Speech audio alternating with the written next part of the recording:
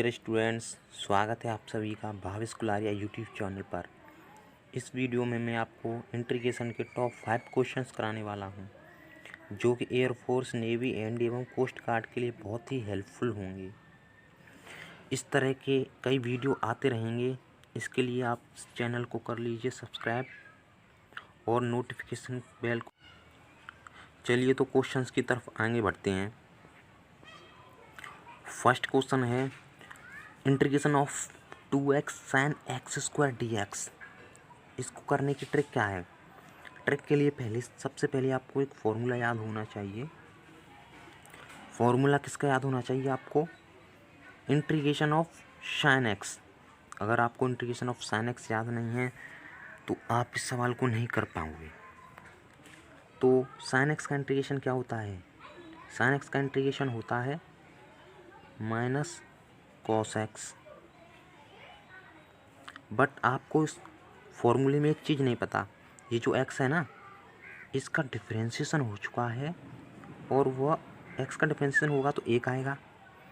तो 1 यहाँ पर आ चुका है जो कि हमें दिखाई नहीं दे रहा, क्योंकि 1 का किसी में गुणा करते हैं तो कोई फ़र्क नहीं पड़ता। इसी प्रकार के इस क्वेश्चन में क्या है, x² दी है। x² का डिफरेंशिएशन करेंगे तो क्या आएगा? x² का डिफरेंशिएशन करेंगे तो क्या आएगा? 2x आएगा। इसमें आगे 2x दी है तो उससे हमें क्या पता चलता है? sin x का किया तो माइनस cos x आया। sin x² का करेंगे तो क्या आएगा? Minus cos x²। भाई जब हमने sin x का किया तो माइनस cos x आया। x का डिफरेंशिएशन हो चुका है जो 1 के रूप में आ चुका है। इसी तरह इस क्वेश्चन में sin x² का करेंगे तो माइनस cos x² आएगा। ये जो x² है इसका डिफरेंशिएशन होकर आगे आ चुका है, जो क्वेश्चंस में आ जाता है। तो इस क्वेश्चन में आपका कौन सा आंसर होगा? तो इसमें आपका बी आंसर जो होगा वह सही होगा। तो बी ऑप्शन जो है वह राइट है। तो चलिए हम आगे के क्वेश्चंस पर आगे बढ़ते हैं। तो सेकंड क्वेश्चन है integration of e⁻√x upon √x। इसके लिए भी आपको एक फॉर्मूला याद होना चाहिए। Integration of e⁻x। e⁻x का इंटीग्रेशन क्या होता है? e⁻x। इसमें ही वही फंडा है, x का डिफरेंशिएशन हो चुका है और वह इसके आगे आ चुका है 1 का किसी में गुणा करेंगे तो कोई फ़र्क नहीं पड़ता। तो इसी प्रकार इस क्वेश्चन में e⁻√x अपॉन √x, जो e⁻√x का डिफरेंशिएशन इंटीग्रेशन करेंगे जब हम, तो e⁻√x का इंटीग्रेशन क्या होगा? e⁻√x ही होगा। जिस तरह इस फॉर्मूले में x का डिफरेंशिएशन होकर आगे 1 आया था, उसी प्रकार इस √x का डिफरेंशिएशन होगा। √x का डिफरेंशिएशन क्या होता है? 1/2√x। तो भाई इसमें 1/√x तो दिया है मगर इसमें 2 नहीं दिया। अगर आपको 2 की कमी कहाँ पड़ी है, पहले सबसे पहले ये देखिए, 2 की कमी पड़ी है नीचे। इसमें 2 की कमी यहाँ नीचे पड़ी है। जब भी नीचे कमी पड़े तो आप आंसर में ऊपर लगाएंगे तो ये आपका आंसर हो जाएगा 2e√x। अब इसके फंडा बताता हूँ मैं आपको। जब भी क्वेश्चन में कोई वैल्यू ऊपर कम पड़े तो आप नीचे लगाएंगे। अगर ऊपर कम पड़े तो नीचे लगाएंगे। अगर नीचे कम पड़े तो आप उस क्वेश्चन में, मतलब उस आंसर में, ऊपर लगाएंगे। चलिए तो हम नेक्स्ट क्वेश्चन की तरफ आगे बढ़ते हैं। तो आपका नेक्स्ट क्वेश्चन है e⁻x अपॉन √ में 1 + e⁻x। जब भी आपको इस प्रकार का सवाल दिखे तो आपको एक चीज़ करनी है। सबसे पहले आपको यह देखना है, ये जो √ में संख्या दी है, कहीं इसका डिफरेंशिएशन ऊपर अवेलेबल तो नहीं है। अगर इसका डिफरेंशिएशन ऊपर अवेलेबल है तो इसका डायरेक्ट आंसर हो जाएगा log अनरूट में नीचे वाली संख्या।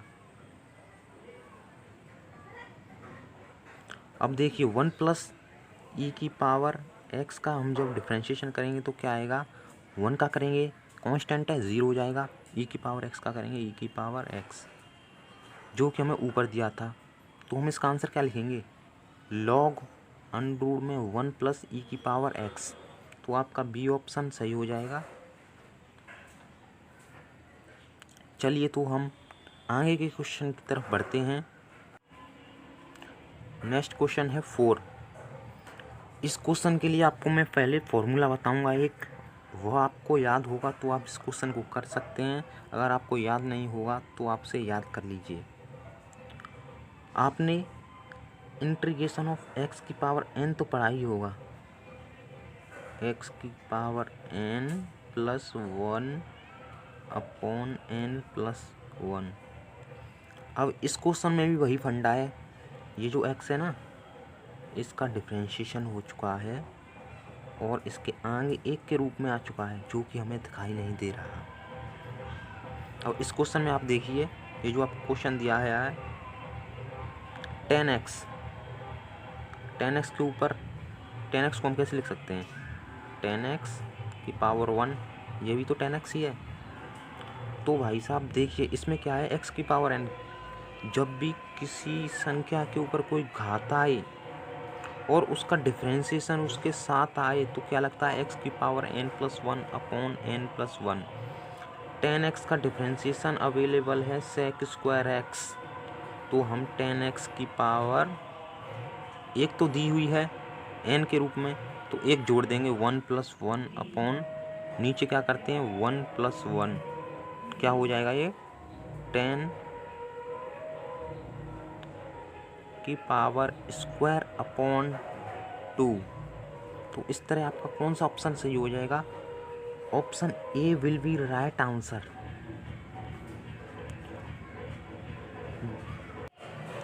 चलिए इसी प्रकार हम नेक्स्ट क्वेश्चन की तरफ आगे बढ़ते हैं। आपका नेक्स्ट क्वेश्चन है 5।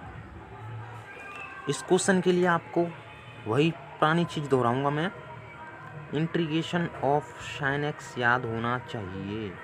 साइन एक्स का इंटीग्रेशन क्या होता है, माइनस कॉस एक्स होता है ना। अब हम इसका करेंगे integration sine root x upon root x.